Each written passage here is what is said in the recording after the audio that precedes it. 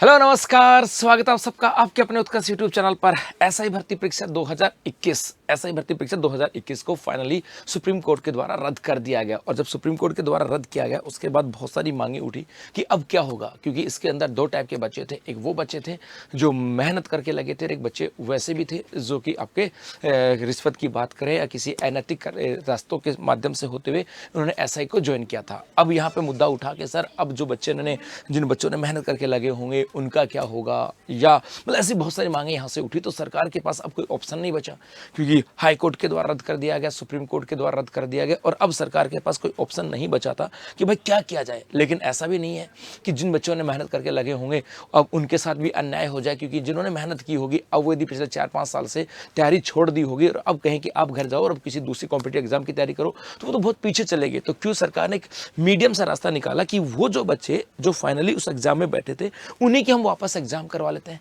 ताकि उनसे उनका लेवल का पता रहेगा, है ना। जो एग्जाम में बैठे थे उन्हीं के एग्जाम करवा लेते और यहाँ पर ना उसके आधार पर इसमें सिलेक्शन होगा। ये अलग बात है कि सही है कि गलत है, ये अलग विषय है, लेकिन सरकार ने ऐसा सोचा है। मेरे नजरिया कुछ भी हो सकता है, वो अलग मुद्दा आता है, क्योंकि हो सकता है उस एग्जाम में जो फाइनल एग्जाम में बैठा हो, जिन्होंने फर्स्ट पेपर सेकंड पेपर दोनों पेपर दिए और फिजिकल में रह गया, उसके बाद वो लगातार किसी दूसरे एग्जाम की तैयारी कर रहा हो, उसकी तैयारी ज़्यादा होगी। और हो सकता है कि जो बच्चा ऐसा ही बन गया था और उसने नौकरी लग गया होगा, ट्रेनिंग की होगी, उसकी तैयारी कम होगी। मतलब ऐसे बहुत सारे मुद्दे यहाँ से हो सकते हैं, लेकिन सरकार ने यहाँ पे कहा। तो अब सरकार इसको वापस से एग्जाम करवाने की बात कर रहे हैं, तो कौन एलिजिबल होगा, कैसे आप लोगों को वापस से रजिस्ट्रेशन करवाना होगा, कौन कौन होगा, मतलब उन सब बातों की चर्चा आज के छोटे सेशन में हम लोग करने वाले हैं। बेसिकली आरपीएससी के द्वारा अपना एक नोटिफिकेशन भी जारी कर दिया गया और नोटिफिकेशन में सरकार ने कहा कि राजस्थान सरकार की अनुशंसा के अनुसार जो आपके एक विज्ञापन आया था 3/2/2021 को और उसका शुद्धि पत्र प्राप्त हुआ था 7/6/2021 को, उसके अंतर्गत पुनः आयोजित कर जाने का निर्णय लिया गया। मतलब जो एग्जाम आई थी, जो एक आवेदन हुआ था, एक आवेदन पत्र आया था, आपके जो नोटिफिकेशन आया था 3/2/2021 को, उसके तहत उसकी री एग्जाम करवाने की बात की गई है साहब जी। पुनः आयोजित की जाने वाली इस परीक्षा में केवल उन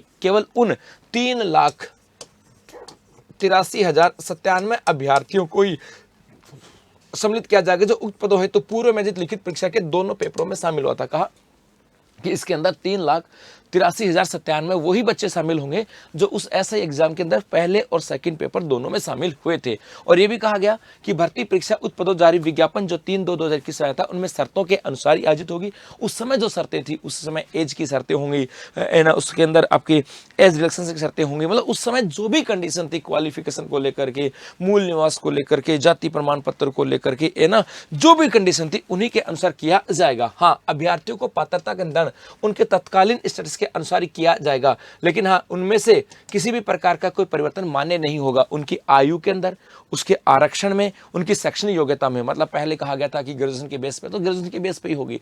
अब यदि आप चेंज करना चाहो तो मान्य नहीं होगा।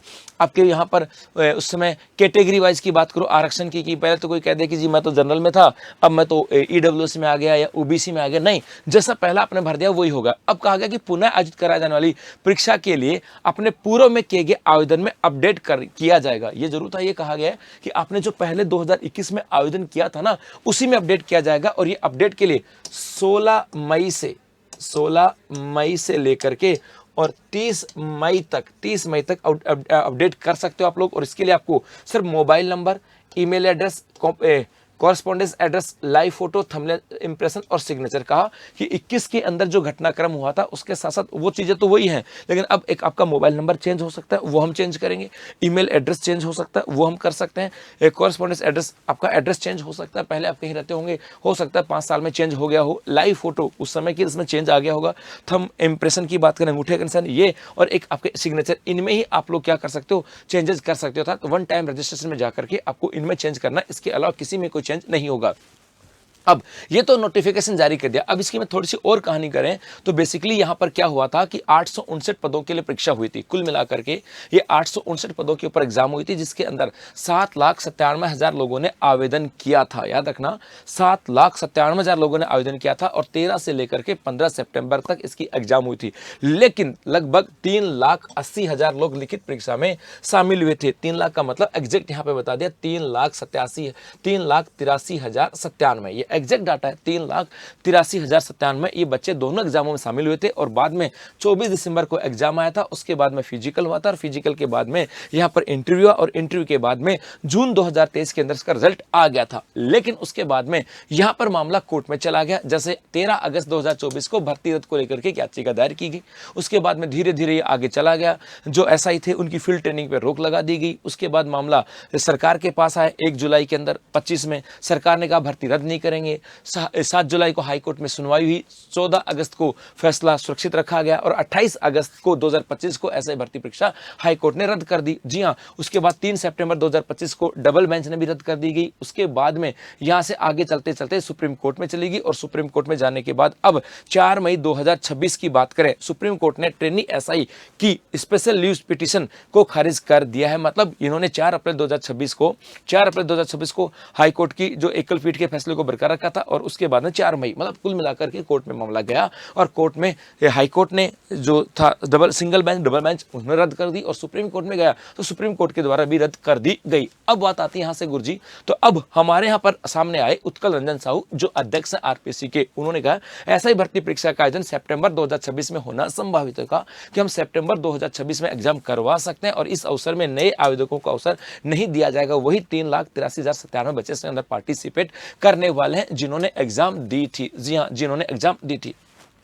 उसके बाद में यहाँ से आता है कि गुरुजी क्या क्या था, तो 16 मई से शुरू होंगे आवेदन की संशोधन की प्रक्रिया, 16 से लेकर के 30 मई तक होंगे, जहाँ पर आपके मोबाइल नंबर, ईमेल एड्रेस, पत्राचार का पता, थंब इंप्रेशन और लाइव फोटो ये आप लोग चेंजेस कर सकते हैं और इसके लिए आपको OTR वन टाइम रजिस्ट्रेशन जाकर के इसको अपडेट करना होगा। यदि आप संशोधन नहीं करना चाहता उनके अंदर भी तो आपको देनी होगी सहमति। मतलब कहा यदि अभ्यर्थी किसी प्रविष्टि में कोई संशोधन नहीं करना चाहता तो एडिट मोड में खोल करके, तो भी आवेदक को एडिट मोड में खोल करके संशोधन की जरूरत न होने संबंधी घोषणा और OTR में इसे इस्तेमाल, लाइव फोटो, सिग्नेचर और अंगूठा निशानी के प्रयोग के लिए अनुमति अनिवार्य रूप से प्रदान करनी होगी। यदि कोई कहे कि भैया मुझे तो कोई चेंजेस नहीं कराना, मेरा तो सब कुछ वही है, तो फिर भी आपको फॉर्म ओपन करना होगा, एडिट के ऑप्शन जाना होगा और सहमति आपको देनी पड़ेगी। उसी के बाद फाइनल सबमिट के ऊपर क्लिक करके आप रजिस्ट्रेशन कर सकते हो। अर्थात इसके अलावा पात्रता की शर्तों में कोई बदलाव नहीं किया गया। वही एज की डेट होगी, आपकी एज भी वही होगी, आपकी आरक्षण भी वही होगा, आपका